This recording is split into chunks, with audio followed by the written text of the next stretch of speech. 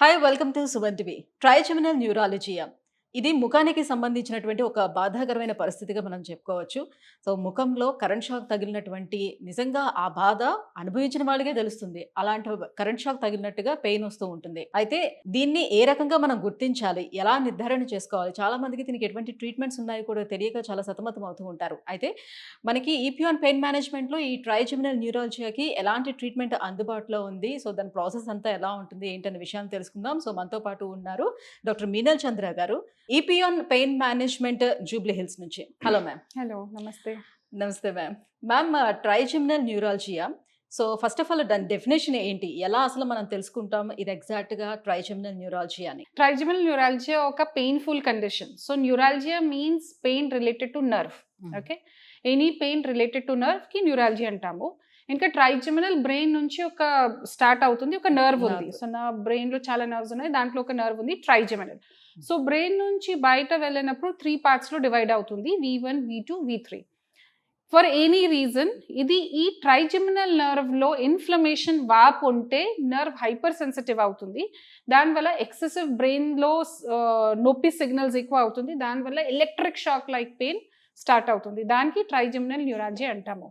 ఇది చాలా painful condition. దానికి సూసైడల్ డిజీజ్ కూడా అంటాము. బికాస్ నొప్పి ఎంత సివియర్, ఎంత విపరీతంగా ఉంది that patient wants to do suicide. Okay, so general గా ఒక ఫేస్ లోనే స్టార్ట్ అవుతుంది, one side of the face. Both side of the face లో చాలా రేర్ గా ఉంది. ఓకే, పేషెంట్ ఇప్పుడు సైనస్ పెయిన్ ఒక రకంగా ఉంటుంది అండ్ డెంటల్ పెయిన్ కూడా ఒక రకంగా ఉంటుంది. అది కూడా ఏదో వన్ సైడ్ మాత్రం వస్తూ ఉంటుంది చాలా మందికి సైనస్ పెయిన్ వచ్చేటప్పుడు కూడా. సో దానికి దీనికి డిఫరెన్స్ ఎలా తెలుసుకుంటాం? ట్రైజెమినల్ నొప్పి సివియర్ పెయిన్, డెంటల్ నొప్పి or sinus pain or bearable. Okay, patients ఓర్చుకుంటున్నారు. కానీ ఇది ట్రైజెమినల్ నొప్పి చాలా కష్టం. సిమ్టమ్స్ ఏంటి? Electric shock like. ఇది మీకు ఎలక్ట్రిక్ షాక్ ఉంది కదా, సూది సూది తెలుస్తుంది, మంట, తిమ్మిరి, సూది, దాని ప్రకారం తెలుస్తుంది. కొన్ని 2-3 మినిట్స్కి వస్తుంది, మళ్ళీ స్టాప్ అవుతుంది, మళ్ళీ వస్తుంది. సో దాని ప్రకారం ప్రతిరోజు పెరుగుతుంది. ఓకే, అండ్ మెడికేషన్స్ ఉన్నాయి, బట్ స్పెసిఫిక్ ఒక టాబ్లెట్ ఉంది దానికోసమే. But over a period of time దానికి కూడా పేషెంట్స్ రెసిస్టెంట్ అవుతుంది, కొన్ని మంత్స్ వరకు వర్క్ అవుతుంది. తర్వాత దానికి సైడ్ ఎఫెక్ట్స్ ఎక్కువ అవుతుంది అండ్ రిలీఫ్ రాదు. ఓకే, అండ్ జనరల్గా మీకు బ్రష్ చేసినప్పుడు, ఫేస్ వాష్ చేసినప్పుడు, బయటకి వెళ్ళినప్పుడు, ఇది ఫ్యాన్లో ఏసీ కిందికి కూర్చున్నప్పుడు చాలా ఉండే గాలి ఎక్కువ నొప్పి అవుతుంది. సో అంటే జనరల్లీ ఎలాంటి వారిలో చూడొచ్చు అంటాం మనం ఇలాంటివి? సో ఇది ఫస్ట్ జనరల్గా అలాగే సిమ్టమ్స్ ఉంటే they'll go to dentist.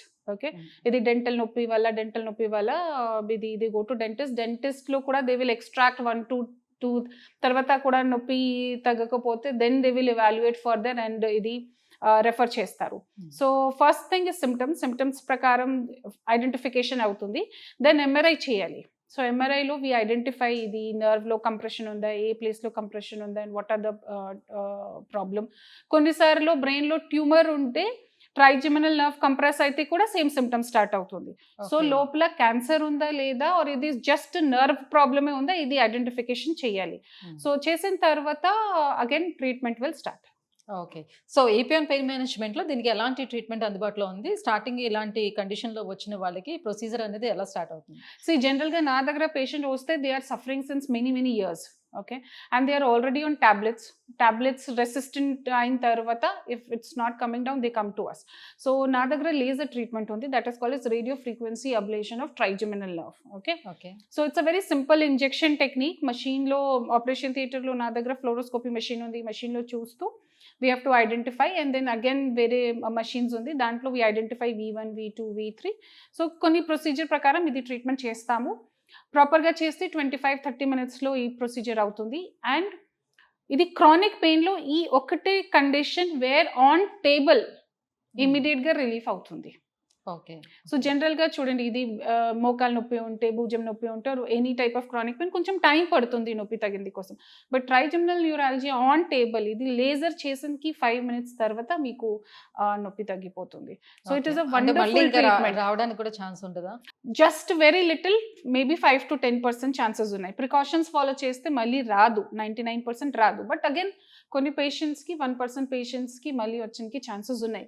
So దానికోసమే కొన్ని ప్రికాషన్స్ ఉన్నాయి, చెప్తాను పేషెంట్కి ఫాలో చేయాలి. సో ఎలాంటి ప్రికాషన్స్ ఉంటాయి మీన్స్ ఇది జనరల్గా ఇది చల్లగా food, direct fridge food, ice cream avoid చేయాలి. తర్వాత ఇది జనరల్గా here curd is very famous కదా, సో ఫ్రిడ్జ్ నుంచి డైరెక్ట్ కర్డ్ యూజ్ చేయకూడదు, అండ్ బయట వెళ్ళినప్పుడు ఫేస్ కవర్ చేయాలి అని చిన్న సో ట్రైజెమినల్ న్యూరాలజీని నెగ్లెక్ట్ చేస్తే ఎలాంటి కాంప్లికేషన్స్ ఉంటాయి? Trigeminal neurology means you cannot neglect only. ఇది నొప్పి ఎంత విపరీతంగా ఉంది తట్టుకునేది కదా, కాదు అసలు. They no Yeah. One can neglect. So it's like I said, it's also called suicidal disease. ఎంత సివియర్ ఉంటే they want to die. It's better to die than, suffering with pain. So that is why తప్పకుండా ఈ laser లోనే, because చెప్పాను కదా, first initial few months వరకు tablets కూడా work అవుతుంది. But after few months side effects ఎక్కువ అవుతుంది and relief will not be there. Then again surgery ఉంది, బట్ సర్జరీ కూడా పెద్ద సర్జరీ కదా, బ్రెయిన్ సర్జరీ. సో కొన్ని పేషెంట్స్కి రిక్వైర్మెంట్ ఉంటే సర్జరీకి వెళ్ళాలి, అదర్వైజ్ సర్జరీ లేకుండా ఈ లేజర్ ట్రీట్మెంట్ మంచిగా ఉంది. సో సర్జరీ చేసుకున్న తర్వాత ఎలాంటి కాంప్లికేషన్స్ ఉండవు అంటారా అందులో? సర్జరీ మీన్స్ బ్రెయిన్ సర్జరీ చేస్తే కాంప్లికేషన్స్ ఉన్నాయి కదా. సో ఇది నా దగ్గర ఇది all those things are not there. ఇప్పుడు machine లో చూస్తూ సూది ద్వారానే చేస్తాము, సో దానికి కాంప్లికేషన్స్ ఏం లేదు కదా. బేసిక్ ఇది రావడానికి మెయిన్ రీజన్స్ ఏముండొచ్చు Reasons అంటే కి clarity- పర్టికులర్ గా ఈ కైండ్ ఆఫ్ పర్సన్స్ లోనే వస్తాయి అని అంటే కాదు, ట్రైజెమినల్ కి స్పెసిఫిక్ రీజన్స్ ఏమీ ఏం లేదు. Any patient is susceptible to trigeminal neurology. Any viral infections అలాంటివి కొన్ని హర్పీస్ ఇన్ఫెక్షన్ ట్రిగ్గర్ పాయింట్స్ ఏముంటాయి జనరల్ గా హర్పీస్ ఇన్ఫెక్షన్ ఉంటే if it is there in the trigeminal nerve chances ఉన్నాయి. But otherwise any one can get trigeminal neurology. Specific ఏ మనుషులు start అవుతుందో దానికి క్లారిటీ లేదు. Thank you ma'am, thank you so much. Trigeminal neurology రావడానికి reasons and ఎలాంటి precautions తీసుకోవాలి, మన దగ్గర ఎటువంటి ట్రీట్మెంట్ అందుబాటులో ఉంది, విషయాలని తెలియజేసినందుకు thank you so much. Thank you.